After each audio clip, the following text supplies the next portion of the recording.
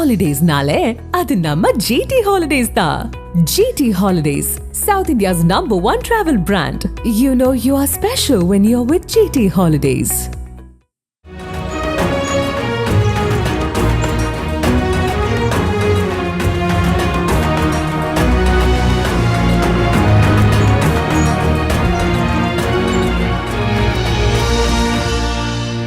அருண் மாதேஸ்வரனை சினிமாவுக்கு கூப்பிட்டு வந்ததில் யார் யாருக்கெல்லாம் பங்கு இருக்குது? நிறைய பேருக்கு பங்கு இருக்குது. கவுண்டமணி சாருக்கு இருக்குது, செந்தில் சாருக்கு இருக்குது.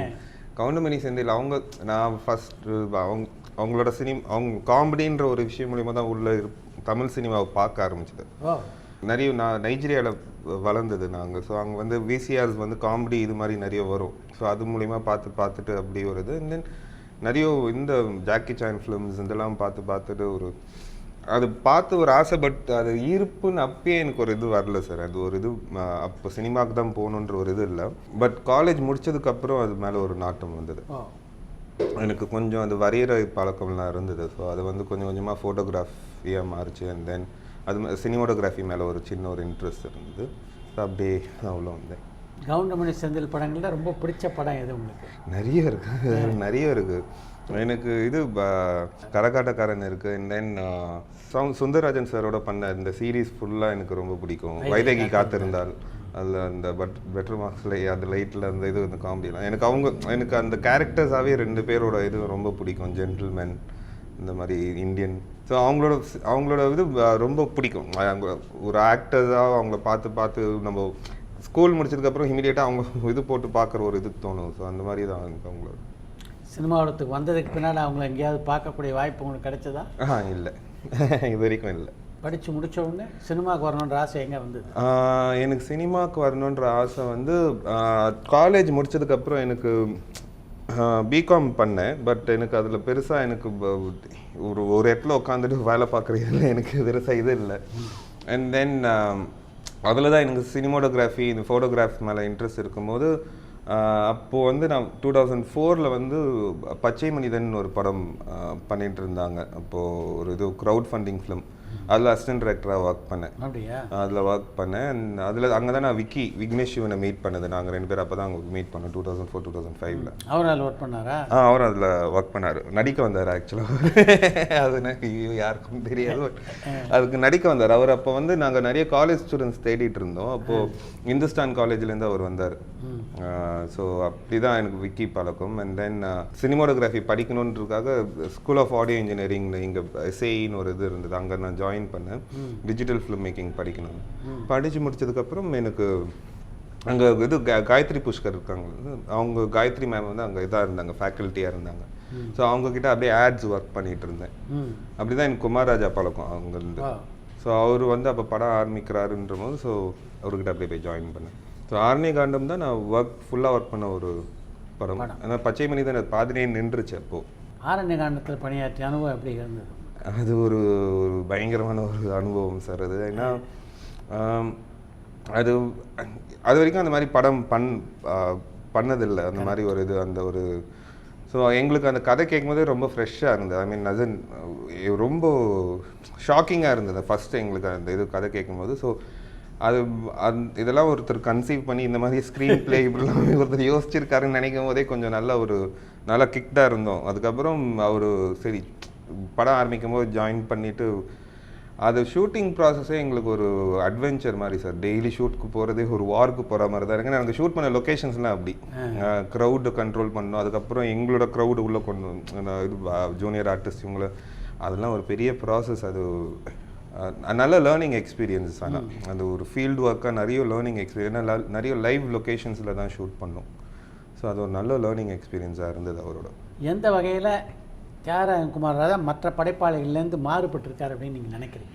அவரோட வில் பவர் சார். அவரோட வில் பவர். அண்ட் தென் அவர் யோசிக்கிறது வந்து நம்ம இப்போ அவர் நீங்கள் திடீர்னு சூப்பர் டீலக்ஸ் பார்த்தீங்கன்னா திடீர்னு ஏலியன்ஸை வர வைப்பார். அதெல்லாம் நம்ம யாரும் யோசிக்க முடியாது.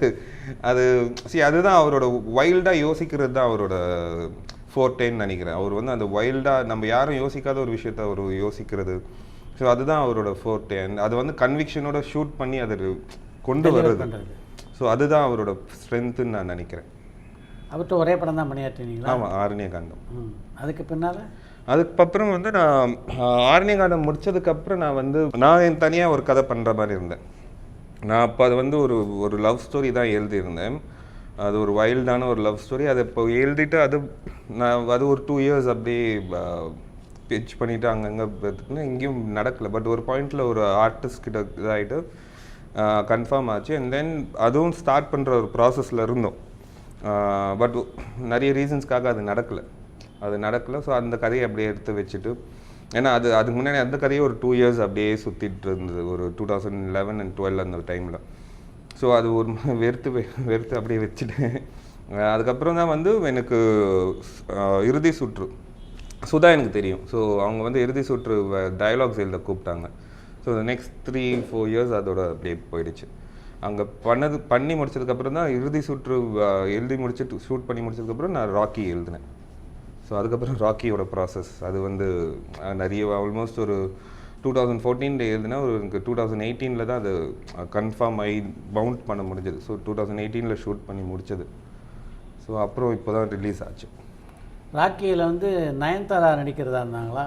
ஒரு பாயிண்டில் எனக்கு என்னென்னா அது நிறைய ஆக்டர்ஸ் கிட்ட போச்சு. எனக்கு எங்கேயும் அது ப்ராப்பராக காங்க்ரீட்டாக அது இதாகலை, செட் ஆகலை. ஸோ அது ஃபீமேல் வேர்ஷன்ற மாதிரி ஒன்று யோசித்தேன். அது ரொம்ப சிம்பிளான ஒரு கதை தான், ஒரு பெருசாக அதில் இதெல்லாம் இல்லை, ஒரு சிம்பிளான ஒரு ஸ்டோரி. ஸோ அது ஈஸியாக ஃபீமேல் வேர்ஷனாக மாற்றினேன். அதை மாற்றிட்டு எனக்கு விக்கி ரொம்ப எனக்கு தெரியும். ஸோ அதனால் விக்கிக்கு ஃபோன் பண்ணது மாதிரி எனக்கு ஒரு அப்பாயின்மெண்ட் வாங்கி கொடுறா, ஒரு ஸ்டோரி இருக்குது, ஒரு ஆக்ஷன் ஃபிலிம்னு. அவன் பயந்துட்டான். வந்து நான் எப்படி யோசிப்பேன் அவனுக்கு தெரியும். இல்லை டேய் வேணாண்டா, அவங்க வந்து பயம்புத்திட்டு போயிடாத அப்படின்லாம் இது பண்ணான். அவனே கேட்டான், இதெல்லாம் வயலன்ஸ் இருக்கா, இது ஆக்ஷனா? ஆமாண்டா, நீ எதிர்பார்க்குற எல்லாமே இருக்குது. அவன் பயந்தான். பட் த நெக்ஸ்ட் டே அவன் அப்பாயின்மெண்ட் வாங்கி கொடுத்தான். அவங்க கேட்டோன்னா அவங்களுக்கு ரொம்ப பிடிச்சிருந்தது. அப்போ வந்து அவங்க இன்னொரு படம், ஒரு ஃபீமேல் சென்ட்ரிக் ஃபிலிம் ஒன்று ரிலீஸ் ஆகிருந்தது, டோரான்னு நினைக்கிறேன். அப்போ அவங்களோட அந்த ப்ராசஸ் அப்போது கொஞ்சம் எங்களுக்கு ப்ரொடியூசர்ஸ் மாட்டலை. ப்ரொடியூசர்ஸ் யாரும் எங்களுக்கு கரெக்டாக செட் ஆகலை. ஸோ ஒரு பாயிண்டில் அதுக்கப்புறம் தான் எனக்கு வசந்தை மீட் பண்ணேன். ஸோ திருப்பி அந்த பழைய வேர்ஷனே போயிட்டேன். ராக்கி வந்து நடுவில் சத்யராஜ் சார் கூட நான் நரேட் பண்ணேன். அதோட ஒரு வயசான வேர்ஷன் ஒன்று இருக்கும், ஒரு ஓல்டு மேன் வந்து நான் எல்லா இதையும் கவர் பண்ணிட்டேன் நான். ஸோ அது வந்து அவர் பண்ணுற மாதிரி இருந்தது. அப்போ வந்து சத்யஜோதி தியாகு சார் அர்ஜுன் அவங்க தான் ப்ரொடியூஸ் பண்ணுற மாதிரி இருந்தது அப்போ. பட் அப்போ வந்து அவங்க விவேகம் அந்த இதில் கொஞ்சம் ரிலீஸ் அந்த இதில் தள்ளி பண்ணி, அப்புறம் சத்யராஜ் சாரோட இது டேட்ஸ் அந்த மாதிரிலாம் கொஞ்சம் இதாக இருந்தது, தள்ளி போயிடுச்சு அப்போது. ஸோ அதுக்கப்புறம் தான் இங்கே வந்தது. அப்புறம் இங்கே வசந்த் கிட்ட வந்தது. அவருடைய அறிமுகம் எப்படி கிடச்சிது? ஸோ வசந்த் வந்து எனக்கு என்னென்னா, இவர் அருண் விஸ்வான்னு ஒரு ஃப்ரெண்டு இருக்கார். அவர் வந்து வசந்த்க்கும் காமன் ஃப்ரெண்ட் அவர். ஸோ அவர் வந்து என்னென்னா, நான் அவருக்கு அந்த கதை தெரியும், ராக்கி தெரியும். ஸோ எனக்கு நான் தரமணி இது பார்க்கும்போது எனக்கு அவரோட இது பிடிச்சிருந்தது, அது ஒரு ஃபிசிக்கல் அப்பியரன்ஸ் ரொம்ப பிடிச்சிருந்தது. எனக்கு வந்து இந்த கேரக்டர், ராக்கியோட கேரக்டர் வந்து ராம்கோபால் வர்மா சத்யால வர சக்கரவர்த்தி அவரோட அந்த கேரக்டரோட ரிசம்பிளன்ஸ் இருந்தது. ஸோ எனக்கு இவர் பண்ணால் ஆப்டாக இருக்கும்ன்ற ஒரு இது. அண்ட் தென் அருண் கிட்ட பேசிவிட்டு அவர் வந்து இன்ட்ரடியூஸ் பண்ணார். அண்ட் தென் அப்படி தான் அவர் வந்தார். அதில் பாரதி ராஜா எங்கே வந்தார்? எனக்கு அது 2014 எழுதும் போதே வந்து எனக்கு அந்த கேரக்டர் பாரதி ராஜா சார் பண்ணால் நல்லா இருக்கும்னு ஒரு இது இருந்தது. ஏன்னா அது கேரக்டராகவே ரொம்ப ஒரு அத்தாரிட்டேட்டிவான ஒரு character. And Bharathi Raja sir real லைஃப்லேயே அப்படி தான், ஒரு ஆல்மோஸ்ட் அந்த மாதிரி தான் ஒரு ராஜா மாதிரி தான் வாழ்ந்துட்டு இருக்கிற ஒரு ஆள். ஸோ அந்த கேரக்டருக்கு நல்லா இருக்கும். அவரோட ஆஃப் ஸ்க்ரீன் ஆட்டிடியூடே வந்து அந்த கேரக்டருக்கு வந்து ஒரு இதாக இருக்கும், நல்ல ஒரு லேயர் கொடுக்குன்ற ஒரு இது. பட் என்னென்னா, அப்போ எழுதும் போதும் நான் நிறைய பேர் அந்த இனிஷியலாக நடந்த அந்த ப்ராசஸில் வந்து யாருக்கும் வந்து என்னென்னா, அவர் ஆயுதத்துக்கு அப்புறம் அவர் நெகட்டிவ் கேரக்டர் பண்ணலன்ற மாதிரி, அவர் பண்ணுறது ஒரு ஐடியாவில் இல்லைன்ற மாதிரி இருந்தாங்க. ஸோ அதுக்கப்புறம் அந்த ஐடியாவை ட்ராப் பண்ணிட்டு நிறைய பேர் பார்த்தோம் நாங்கள். ஒரு பாயிண்டில் இவர் மிஷ்கின் சார் பண்ணுற மாதிரி இருந்தது, தென் கௌதம் அவர் பண்ணுற மாதிரி இருந்தது. ஆமாம். ஸோ இவங்களாம் பண்ணுற மாதிரி, பட் டேட்ஸ் கொஞ்சம் கிளாஷ் ஆகிட்டு இருந்தது. ஸோ இப்போ வசந்த் தான் வந்து சொன்னார், எங்கள் ஃபேமிலி ஃப்ரெண்ட் தான் பாரதி ராஜா அங்கிள், ஸோ அவர் வாட்டி ஒரு கேட்டு பார்ப்போம். அதுக்கு முன்னாடி நாங்கள் ஒரு ஸ்கெடியூல் முடிச்சுட்டு வந்துட்டோம். அண்ட் அதில் சில சீக்வன்ஸஸ் ஷூட் பண்ணது, அதை எடிட் பண்ணி சரி சும்மா அவர் காமிப்போம் இந்த மாதிரி. அவருக்கு போய் கதை ஃபஸ்ட் அந்த சீக்வன்சஸ்லாம் கொஞ்சம் காமிச்சோம், அவருக்கு பிடிச்சிருந்தது. அண்ட் தென் கதை சொன்னேன்னா அவருக்கு ரொம்ப பிடிச்சிருந்தது. சரி பண்ணிடுறேன் வந்துட்டார். அவருக்கு என்னென்னா அவர் ரொம்ப பவர்ஃபுல்லாக ஒரு கேரக்டராக ஒரு ப்ரொஜெக்ட் பண்ணுற மாதிரி இருக்குது. ஒரு ஆல்மோஸ்ட் அவர் வந்து அது காட்ஃபாதர் மேலன் பிராண்டோ மாதிரி தான் அவர் அதுக்குள்ளே அவர் போனார், அந்த ஒரு ஜோனுக்குள்ளே தான் அவர் போனார். அண்ட் அவரோட ஒர்க் பண்ணதெல்லாம் எனக்கு ரொம்ப ஒரு ஃபஸ்ட்டு 2 days கொஞ்சம் இதாக அவருக்கு இந்த ஃபிலிம் லாங்குவேஜ் அவருக்கு கொஞ்சம் இதாக இருந்தது. என்னையா நீங்கள் லாங் ஷாட்லேயே எடுத்துருக்க, க்ளோஸ்அப்லாம் வைக்க மாட்டியான்ற மாதிரி கேட்டுட்டு இருந்தார். அதுக்கப்புறம் அவர் எடிட் பண்ணி அது இதெல்லாம் காமிச்சிட்டு, சார் இல்லை சார் இதுதான் இந்த ஃபிலிம் லாங்குவேஜ் இப்படி தான் இருக்கும், இதுதான் நான் மைண்ட். அப்புறம் புரிஞ்சிருச்சு. அண்ட் தென் அவர் ஆப்வியஸ்லி அவருக்கு தெரியாத இது இல்லை. ஸோ அவர் அதெல்லாம் புரிஞ்சுக்கிட்டேன். அண்ட் தென் அதுக்கப்புறம் ரொம்ப இதாக இருந்தார். அப்புறம் படம் பார்த்துட்டு அவருக்கு ரொம்ப ரொம்ப பிடிச்சிருந்தது. அவரோட பணியாற்றிய அனுபவம் அப்படி இருந்தது. அவரோட ஒர்க் பண்ணுறது வந்து அவர் ஒரு லெஜண்ட். அது வந்து 70s, இந்த லேட் 70s அவர் வந்து அது உள்ளே வரும்போது அந்த சினிமாவை ரீடிஃபைன் பண்ணார் அவர். ஸோ அவரு கூட ஒர்க் பண்ணணுன்றது வந்து ஃபஸ்ட் இனிஷியலாக ஒரு ஆப்வியஸ்லி எனக்கும் அது ஃபஸ்ட் படம்ன்றதுனால அந்த ஒரு டென்ஷன் இருந்தது. மீன் அவர்கிட்ட போய் கதை சொல்லும் போது. பட் செட்டுக்கு வரும்போது அவரும் அந்த மாதிரி நடந்துக்கல. அந்த ஒரு இது இல்லை, ஒரு ஆக்டராக தான் வந்தார். அண்ட் தென் அது ரொம்ப ஈஸியாக எனக்கு அந்த ஸ்பேஸ் எனக்கு கொடுத்துட்டாரு, அந்த ட்ரஸ்ட் அண்ட் ஸ்பேஸை கொடுத்துட்டாரு. ஸோ ரொம்ப ஈஸியாக தான் இருந்தது அவரோட ஒர்க் பண்ண. அவருடைய படங்களில் வந்து உங்களுக்கு ரொம்ப பிடிச்ச படங்கள்னா என்னென்ன சொல்லுவீங்க? எனக்கு அந்தி மந்தாரை, அண்ட் தென் எனக்கு அவர் சார்கிட்டே நான் சொன்னேன் சிவப்பு ரோஜாக்கள் ரொம்ப பிடிக்கும். சிவப்பு ரோஜாக்களோட ட்ரீட்மெண்ட், எனக்கு அந்த படத்தோட ட்ரீட்மெண்ட் ஒரு ஃப்ரெஞ்ச் ஃபிலிம் மாதிரி இருக்கும். அந்த சென்னையை வந்து அந்த டைமில் ஒரு மெட்ராஸ் அந்த ஒரு ஆல்மோஸ்ட் ஒரு நைட் அந்த மாதிரிலாம் யாரும் காமிச்சதில்லை. அந்த ஒரு நல்லா இருந்தது எனக்கு. அந்த படத்தோட மூடாகவே எனக்கு ரொம்ப பிடிக்கும். அப்புறம் முதல் மரியாதை ரொம்ப பிடிக்கும். அவர்கிட்டே நான் சொல்லியிருக்கேன் எனக்கு அந்தி மந்தாரை ரொம்ப பிடிக்கும் சார் எனக்கு. அதுக்கப்புறம் இது என் உயிர் தோழன். ஏன்னா எனக்கு என் உயிர் தோழன் வந்து எனக்கு அந்த லைஃப் ரொம்ப பர்ஃபெக்டாக எனக்கு எடுத்த மாதிரி இருந்தது. அந்த கேரக்டர்ஸ் அவங்க பேசுகிற அந்த டைலக்ட்லாம் ரொம்ப அது வரைக்கும் வந்து ஒரு சென்னை மெட்ராஸ் பாஷைனா வேறு மாதிரி ஒரு இது இருந்தது. ஒரு மெட்ராஸ் பாஷை வந்து ஒரு பட் அது வந்ததுக்கப்புறம் தான் இதான் மெட்ராஸ் பாஷைன்ற மாதிரி ஒரு ஆத்தென்டிக்காக அது வந்தது. அது ஸோ எனக்கு அதெல்லாம் ரொம்ப பிடிக்கும் அவரோட சாரோட படம். படமாக ராக்கி உருவானதுக்கு பின்னாடி அந்த படத்தை போட்டு பார்த்தபோது உங்களுடைய ஃபீலிங் என்னவாக இருந்தது? இன்னும் நல்லா பண்ணிடலாம். இன்னும் அது ஆப்வியஸ்லி எல்லா ஃபிலிம் மேக்கர்ஸுக்கும் வரும்னு நினைக்கிறேன், தெரியல எனக்கு. அது மாதிரி இப்போ சாணி காகிதம் கூட எனக்கு வந்து பார்க்கும்போது ஓகே இன்னும் நல்லா பண்ணியிருக்கலான்ற ஒரு இது எனக்கு சாட்டிஸ்ஃபேக்ஷன் வராது. அந்த சாட்டிஸ்ஃபேக்ஷன் வராது. அது ஆனால் அது பார்க்கும்போது இன்னும் நம்ம ஒரு இதுவும் ஒரு ஃபிலிம் முடியும் போது ஒரு லேர்னிங் எக்ஸ்பீரியன்ஸ் மாதிரி தான் அது எழுது. ஸோ இந்த படத்தில் இப்போ பண்ணியிருக்கேன். எனக்கு என்னென்னா சார், எனக்கு இப்போது சாணி காகிதம் வந்து ராக்கி ரிலீஸ் ஆகிறதுக்கு முன்னாடியே எடுத்த படம். ஆமாம். ஸோ அதனால எனக்கு வந்து இந்த ராக்கியை எப்படி ரிசீவ் பண்ணுவாங்கன்னு தெரில. அதுக்கு முன்னாடி இந்த படத்தை எடுத்து முடிச்சுட்டேன்.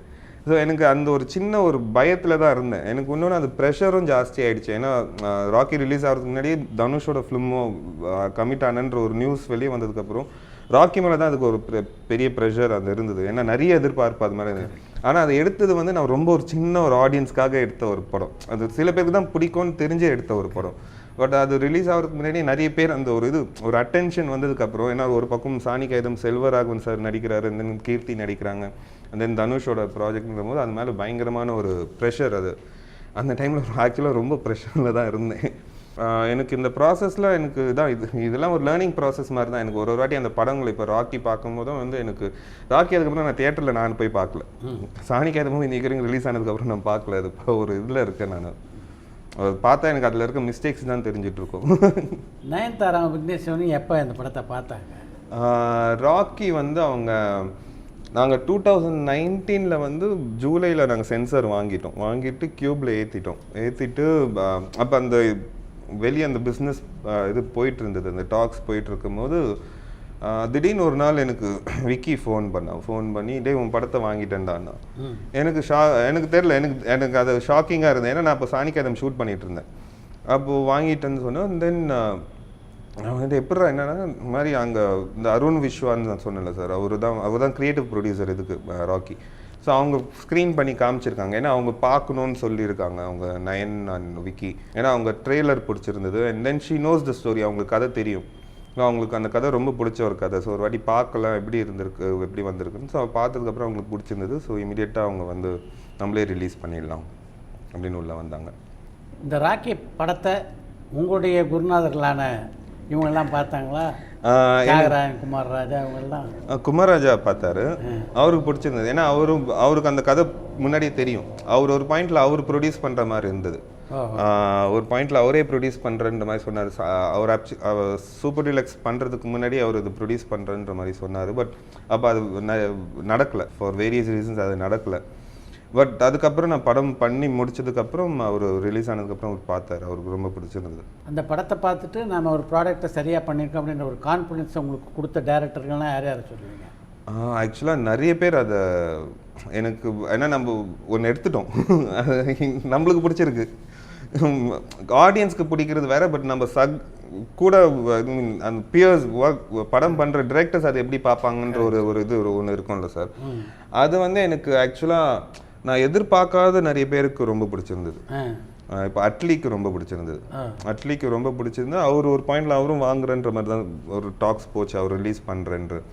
அவர் பிடிச்சிட்டு அவர் எனக்கு வீட்டுக்கு இன்வைட் பண்ணி ஒரு டின்னர், ஒரு ஆல்மோஸ்ட் ஒரு 2-3 hours பேசணும். ஸோ அவருக்கு ரொம்ப, எனக்கு ரொம்ப ஷாக்கிங். ஏன்னா அவரோட படங்களோட ஸ்கேல் வேற, அந்த இது வேற. And then Karthik Subbaraj phone பண்ணி பேசினார் ரொம்ப நேரமாக. And then A L Vijay sir, அவர் இதுக்கும் சாணிகேதுக்கும் ரொம்ப இதாக இருந்தார். பட் ராக்கிக்கு ரொம்ப நேரம் வந்து பேசினார், அவர் ரொம்ப அப்ரிஷியேட்டிவாக இருந்தார். அண்ட் தென் மாரி செல்வராஜ், அஸ்வின் சரவணன், நிறைய பேர் இருந்தாங்க சார்.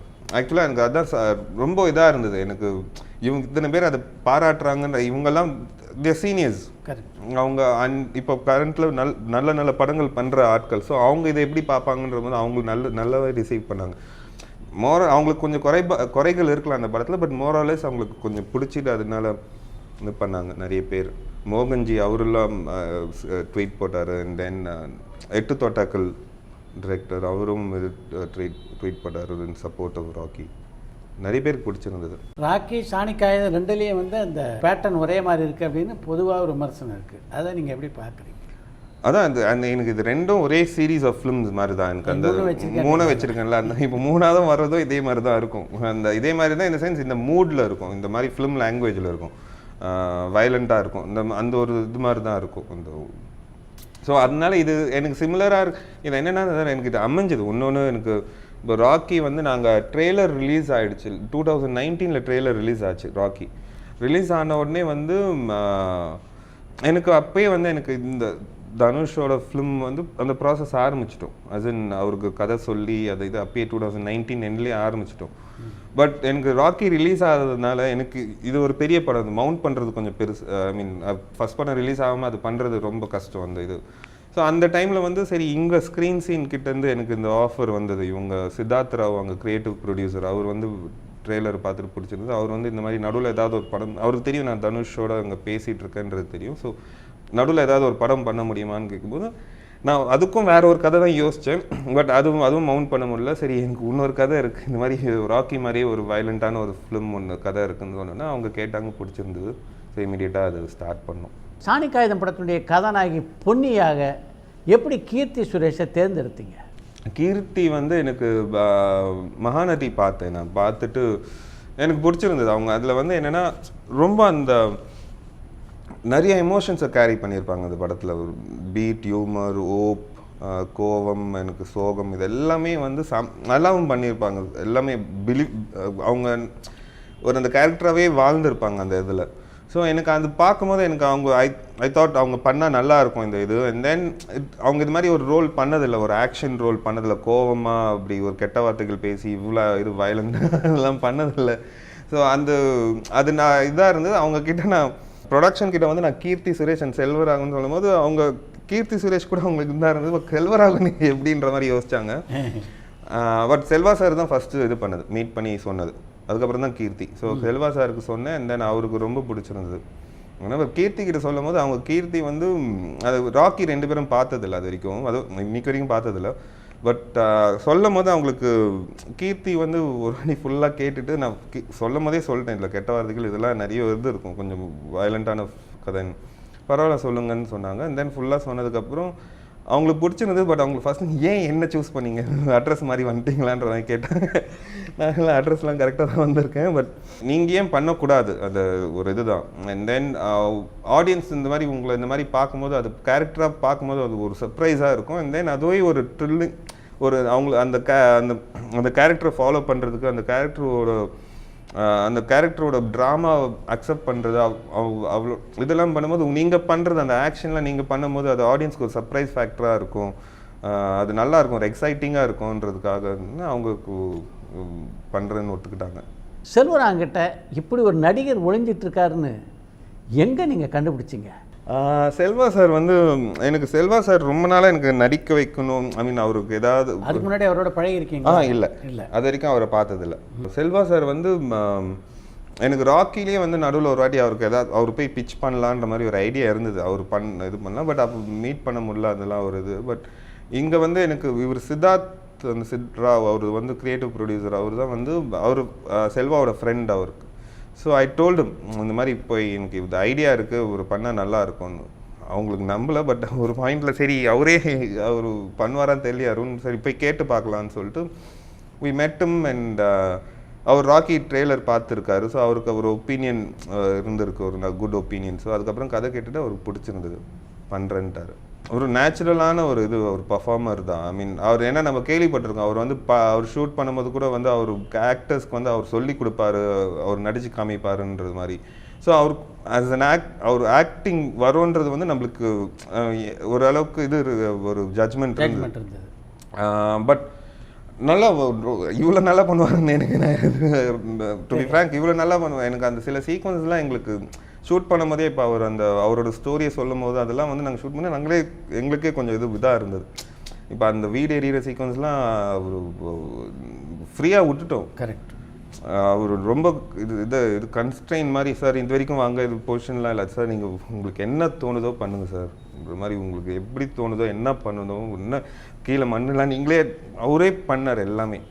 அவர் அந்த நீங்கள் வந்து அதெல்லாம் இல்லாமல். ஸோ எனக்கு அதெல்லாம் பார்க்கும் எங்களுக்கு அந்த இது பண்ணும்போதே எங்களுக்கு ரொம்ப சர்ப்ரைசிங்காக இருந்தது அவர். அண்ட் தென் அவர் ரொம்ப மூவ்டாக இருந்தது. அது படம் ஷூட் பண்ணும் போதே எங்களுக்கு அந்த சீக்வன்ஸ்லாம் நாங்களே ரொம்ப இதாக இருந்தோம். Dileep master, Yamini, art director, நாங்கள்லாம் செட்டாக எல்லாமே அசிஸ்டன்ட் டைரக்டர்ஸ் எல்லாம் கிளாப் பண்ணோம் அவர் பர்ஃபார்ம் பண்ணி முடித்த உடனே. ரொம்ப நேச்சுரலான ஒரு பர்ஃபார்மர் அவர் பெர்ஃபார்ம் பண்ணதில் உங்களுக்கு ரொம்ப பிடிச்ச சீன் எது? எனக்கு அவர் அந்த கீர்த்தியோட உட்காந்துட்டு அந்த வாசலில் உட்காந்து பேசுகிறது, அவரோட ஸ்டோரியை சொல்கிறது, அந்த சீக்வன்ஸ்லாம் எனக்கு ரொம்ப பிடிக்கும். அவரோட பர்ஃபார்மன்ஸ் ரொம்ப, அந்த சீனும் நாங்கள்லாம் வந்து ரொம்ப இதை ஷூட் பண்ணி முடித்தோன்னே எங்களுக்கு அது ஒரு அந்த கேரக்டரோட பெயின் வந்து ஷூட் பண்ண முடிஞ்சு அது இது கூட பண்ணல, எடிட் பண்ணல, எதுவும் பண்ணல. பட் அது ஷார்ட்டாகவே எங்களுக்கு பார்க்கும்போதே அது அவ்வளோ, ஏன்னா அவ்வளோ பவர்ஃபுல்லாக அது பண்ணியிருப்பார் அந்த சீக்வன்ஸை. சங்கையான்ற அந்த கேரக்டர் மேலே அவ்வளோ ஒரு இது வர்றதுக்கான ஒரு சீன் அது, அந்த ஒரு இடத்துல அவர் ரொம்ப பவர்ஃபுல்லாக பண்ணியிருப்பார். ரொம்ப இயல்பாக, ரொம்ப அது ஒரு பெயினில் இருக்கிறவங்க ரொம்ப எல்லாத்தையும் இழந்த ஒருத்தர் எப்படி பேச முடியுமோ அந்த மாதிரி பேசியிருப்பார் அந்த சீக்வன்ஸ். அந்த எனக்கு ரொம்ப பிடிச்சது அது.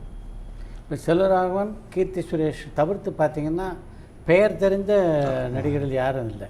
என்னென்னா சார், அது வந்து இந்த படம் பொறுத்த வரைக்கும் வந்து இப்போ ராக்கி கூட ஒரு ஆல்மோஸ்ட் ஒரு ஹீரோ வில்லன்ற மாதிரியான ஒரு இதில் வைக்கலாம். பட் இதில் வந்து எனக்கு என்னென்னா அந்த நெகட்டிவ் கேரக்டர்ஸ்லாம் ஒரு கேங் மாதிரி அதை ட்ரீட் பண்ணு. பட் எனக்கு இந்த 2 கேரக்டர்ஸ் பற்றின ஒரு ஸ்டோரி. ஸோ எனக்கு இவங்க மேலே தான் அந்த இம்பார்ட்டன்ஸ் இருக்கணும் த்ரூ அவுட் த ஃபிலிம். இவங்க மேலே தான் இந்த 2 கேரக்டர்ஸோட ரிலேஷன்ஷிப் தான் இந்த ஃபிலிம் ஃபஸ்ட்டு ஆரம்பிக்கும் போது இப்படி ஆரம்பிக்கிறாங்க.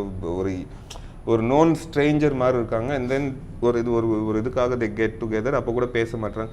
எனக்கு ஆடியன்ஸோட அட்டென்ஷன் எல்லாம் இந்த 2 கேரக்டர்ஸோட ரிலேஷன்ஷிப் மேலேயே இருக்கணும். வேறு ஏதாவது ஒரு ரொம்ப ப்ராமினெண்ட்டான ஒரு ஆள் போயிருந்தால் அவங்க மேலே ஒரு அட்டென்ஷன் போகிறதுக்கான சான்சஸ் இருக்கும்.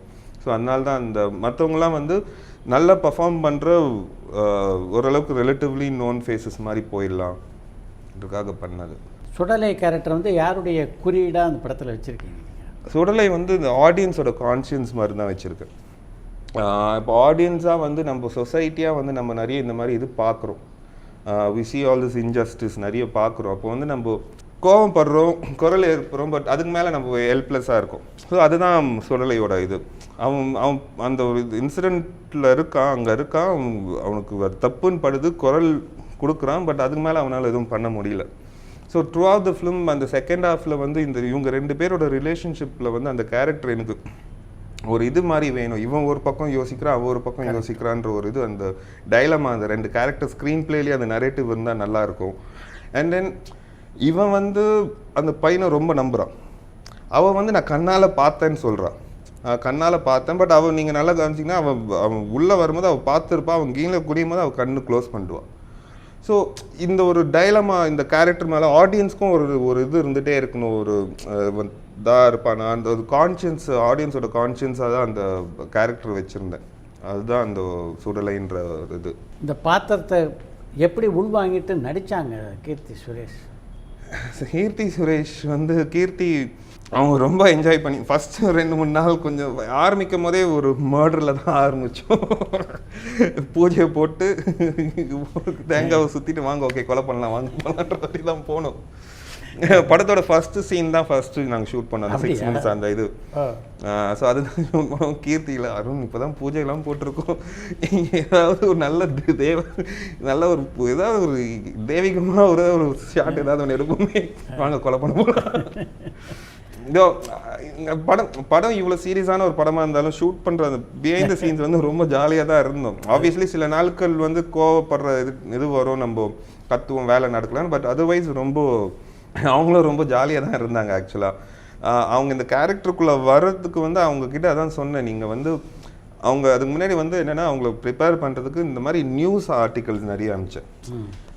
ரேப் இந்த மாதிரி இது சென்ஸில் தான் இந்த மாதிரி கொலைகள் எரிக்கிறாங்க. நாங்கள் கரெக்டாக அப்போது அவங்க கதை சொல்லும் போது தான் வந்து இங்கே திண்டிவனமில் இந்த மாதிரி ஒரு இன்சிடென்ட் ஸ்கூல் பொண்ணை வந்து எரிச்சிருப்பாங்க. ஸோ அந்த நியூஸ்லாம் அனுப்பிச்சேன். எனக்கு அந்த நியூஸ் அனுப்பிச்சேன். அதுக்கப்புறம் அவங்க அம்மா, அந்த பொண்ணோட அம்மா வந்து பேசுகிறது, இப்போ இன்டர்வியூ கொடுத்துருப்பாங்க அழுகுறது, அதெல்லாம் அனுப்பிச்சேன். ஸோ எனக்கு வந்து இந்த பொண்ணியோட கேரக்டரோட மனநிலை இந்த மாதிரி தான் இருக்கும். அதுக்கப்புறம் ஸோ இந்த மாதிரி நியூஸ் ஆர்டிகல்ஸ் இதெல்லாம் அவங்க அனுப்பிச்ச அந்த நியூஸில் ஒரு பாயிண்டில் அவங்களே வந்து அருண் இவ்வளோ டார்க்காக இது இவ்வளோ இதாக அவங்க எல்லாருக்கும் இருக்கிற கோவம் இருக்கும்ல சார் அந்த மாதிரி நியூஸ்லாம் பார்க்கும்போது.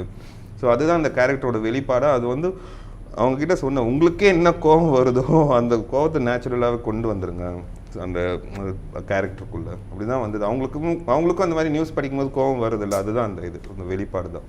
கீர்த்தியினுடைய இந்த தோற்றத்தை டிசைன் பண்ணது யார்? கீர்த்தியாக பண்ணாங்களா நீங்கள் வடிவமைச்சிக்கலாம்? டிஸ்கஸ் பண்ணி தான் பண்ணோம். எனக்கு என்னென்னா அவங்க என்ன தான் போலீஸ் ஆஃபீஸராக இருந்தாலும் எனக்கு என்னென்னா அந்த அவங்க இது கதையாகவே வந்து அவள் போலீஸ் யூனிஃபார்மில் தான் அவளை அட்டாக் பண்ணுறாங்க. அவள் போலீஸாக இருந்தாலும் ஷீ இஸ் ஹெல்ப்லெஸ். அந்த ஒரு போலீஸுன்ற அந்த இதுக்கு வந்து இங்கே பெருசாக மரியாதை இல்லை. அந்த ஒரு இது அந்த மாதிரி க்ரைம் பண்ணுறவங்களுக்கு வந்து அந்த போலீஸுன்ற அந்த இதெல்லாம் பயமும் இல்லை. ஸோ அதுக்கப்புறம் அவள் ரிவெஞ்ச் எடுக்கிறான்ற போகும்போது அவள் வந்து ஈஸியாக நான் வந்து அவளுக்கு கேரக்டருக்கு வந்து நான் பேண்ட் ஷர்ட் மாதிரி கொடுத்துருக்கலாம். பட் எனக்கு என்னென்னா அந்த பொண்ணு வந்து சாரீ கட்டியிருக்கணும். ஏன்னா சாரீ வந்து ஒரு இமேஜ் மாதிரி நம்ம நேஷ்னல் இமேஜ், அது ஒரு இது மாதிரி இருக்கும் அவங்க கலாச்சாரத்தினுடைய. அந்த இடத்துல வந்து ஒரு பவர்ஃபுல்லாக எனக்கு இப்போ கண்ணகிலாம் நம்ம அப்படி தான் பார்த்துருக்கோம், ஒரு புடவையில் தான் அந்த மாதிரி வீரமாக பார்த்துருக்கோம். ஸோ அந்த இமேஜஸ் தான் கொண்டு வரணும்னு ஆசைப்பட்டோம். அண்ட் தென் எனக்கு முதல் மரியாதையில் ராதாவில் ஒரு மாதிரி ஒரு கிளாம்டாக இருப்பாங்க. அந்த மாதிரி ரெஃபரன்சஸ் நிறைய இது ஸ்மிட்டி பட்டேல் அவங்களோட இது பார்த்தோம். ஸோ இந்த மாதிரி ரெஃபரன்சஸ் நிறைய எடுத்துகிட்டு அவங்ககிட்ட தான் லுக் இந்த மாதிரி போகலாம், ஒரு மேக்கப் இல்லாமல் ஒரு இதாக போகலாம், ரொம்ப ரியலாக இருக்கட்டும்ன்ற மாதிரி போகணும். அண்ட் தென் அவங்க லுக் டெஸ்ட் பண்ணோம், அதெல்லாம் பண்ணிவிட்டு அப்படி தான் வரைவானோம். கீர்த்தி சுரேஷை நீங்கள் தேர்ந்தெடுத்தது சரிதான் அப்படின்றத எந்த காட்சியில் உங்களுக்கு கீர்த்தி சுரேஷ் நிரூபித்தாங்க? அவங்க ஃபஸ்ட் டேலேருந்து அவங்க அந்த இதுக்குள்ளே இருந்துட்டாங்க. டே 1லேருந்து ஃபஸ்ட்டு மர்டர்லேருந்து அவங்க இது ப்ரிப்பேர்டாக இருந்தாங்க அவங்க. எனக்கு ஆனால் எங்களுக்கு ரொம்ப இதான இது வந்து எகெயின் அந்த பழி வாங்குறதுனா என்னன்னு பேசுகிற அந்த சீக்வன்ஸ், அது வந்து என்னென்னா அந்த சீக்வன்ஸை இப்போது ஷூட் பண்ணும்போது எப்படி ஷூட் பண்ணோன்னா இவங்களோட ஃபுல் ஒரு 8 minutes இவங்க மேலேயே ஷார்ட் இருக்கும். ஏன்னா அவரோட கவுண்டர் ஃபுல்லாக அவங்க கேட்குறதுக்கான ரியாக்ஷனும் எடுக்கணும். அது ரியாக்ஷன் எடுத்து முடிச்சதுக்கப்புறம் இவங்க டைலாக் அதே டேக்கில் போகணும், அதே டேக்கில் இவங்க டைலாக். ஸோ ஆல்மோஸ்ட் 8 minutesக்கு அவங்க வந்து அப்படி ஹோல்ட் பண்ணணும். ஸோ அந்த 8 minutes கரெக்டாக இவங்க டைலாக் பேசும்போது கண்ணிலேருந்து தண்ணி வரணும். ஸோ ஃபஸ்ட் டேக் பண்ணதுக்கப்புறம் கரெக்டாக அந்த டைமில் கண்ணில் தண்ணி வந்தது. ஸோ அடுத்த டேக் வந்து போகிறோம். அடுத்த டேக் போகும்போது அவங்க நான் சொல்கிறேன், கீர்த்தி அதே டைமில் கிளிசரின் போடுறீங்களா, வர வைக்க முடியுமா? நான் கிளிசரினே போடலன்னாங்க. எங்கள் அப்போ தான் தெரிஞ்சுட்டு அவங்க அது உள் வாங்கி அது வரும்போது அது அது கண்ணிலேருந்து அவங்க எது யோசிச்சு பண்ணாங்கன்னு தெரில அந்த இது. ஸோ அந்த கரெக்டாக அடுத்த டேக் போகும்போது திருப்பியும் அதே இதில் வந்து அதே டைமிங்கில் அதே இது வரும்போது அதே இடத்துல திருப்பியும் இது வர வச்சாங்க. ஸோ எங்களுக்கு அது செம்மையாக இருந்தது. அது வந்து என்னென்னா நாங்கள் தமிழ் அண்ட் தெலுங்குலையும் ஷூட் பண்ணோம். ஸோ தெலுங்கு பண்ணும்போது தான் தெலுங்குலையும் திருப்பியும் கொண்டு வந்தாங்க. ஸோ அதுதான் அவங்க அந்த சீன் ஷூட் பண்ணும்போது எல்லோரும் பயங்கரமாக கிளாப் பண்ணுவாங்க அவங்களுக்கு. அந்த சீன் அவங்க கரெக்டான ஆள், ஐ மீன் கரெக்டான ஆர்டிஸ்ட் தான் பண்ணுறாங்கன்ற ஒரு இது வந்தது எனக்கு. 2 லாங்குவேஜில் எடுத்தோம். இவங்க 2 பேரோட சீக்வன்சஸ் வந்து 2 லாங்குவேஜில் எடுத்தோம் சார். இவங்க 2 பேர் தான் தெலுங்கு பேசவும் தெரியும். ஸோ அதனால் இவங்களது டயலாக்ஸ் மட்டும் தெலுங்குல எடுத்துட்டோம். இந்த படத்தை பார்த்துட்டு உங்களுக்கு கிடைத்த முதல் பாராட்டு யார்கிட்ட இருந்து? கீர்த்தி அவங்க அம்மா மேனகா. ஆமாம், அவங்க பார்த்துட்டு அவங்க பார்த்தாங்க. அன்றைக்கே வந்து செல்வா சாரோட அம்மா அப்பாவும் பார்த்தாங்க. கீர்த்தி அவங்க அம்மா அவங்க அப்பா பார்த்தாங்க. எனக்கு என்னென்னா ஃபர்ஸ்ட்லேருந்து எனக்கு கீர்த்திக்கிட்ட சொல்லிட்டு இருப்பாங்க, உங்கள் ஃபேமிலிக்கிட்ட எப்படி இது படத்தை கொடுக்காமீங்க, இப்படி அதை பற்றி யோசிச்சிருக்கீங்களா? இந்த மாதிரி அவங்க ட்ரெய்லர் பார்த்துட்டு அவங்க கொஞ்சம் ப்ரிப்பேர் ஆகிட்டாங்க. ஸோ அதுக்கப்புறம் படத்தை வந்து பார்த்தாங்க. பார்த்தது அன்சென்சர்டு வெர்ஷன் வேறு. ஸோ அங்கே பார்க்க போகிறாங்கன்னு தெரியும். சரி பார்த்துட்டு அவங்க எனக்கு நைட் ஒரு 12 o'clock வந்து கீர்த்தி ஃபோன் பண்ணுறாங்க. ஃபோன் பண்ணி, அருண் படம் பார்த்துட்டாங்க, எங்கள் அப்பா உங்ககிட்ட பேசணும். எனக்கா பயம், ஐயோ என்ன என் பொண்ணை வச்சுட்டு என்ன பண்ணி நைட்டு ஃபோன் பண்ணி நம்மளை திட்ட போகிறாங்கன்னு. அதுக்கப்புறம் அவங்க அப்பா பேசினார். அவர் பேசிட்டு அவருக்கு ரொம்ப பிடிச்சிருந்தது. அவர் வந்து கீர்த்தி இந்த மாதிரி நாங்கள் இது மாதிரி பார்த்ததில்ல, ரொம்ப பவர்ஃபுல்லாக பண்ணியிருக்காங்க அப்படின்னு சொல்லிட்டு அவர் அப்ரிஷியேட் பண்ணார். அதுக்கப்புறம் அவங்க அம்மா அவங்க பேசினாங்க. அவங்க வந்து நீங்கள் அந்த சீக்கிரம் அவங்க ஒரு கையில் 2 கையும் வெட்டியிருக்கணும். அவங்க ரொம்ப இதாக இருந்தாங்க. எனக்கு என்னென்னா சார் அந்த அவங்க அதுக்கப்புறம் அவங்க பாட்டிக்கும் பிடிச்சிருந்தது.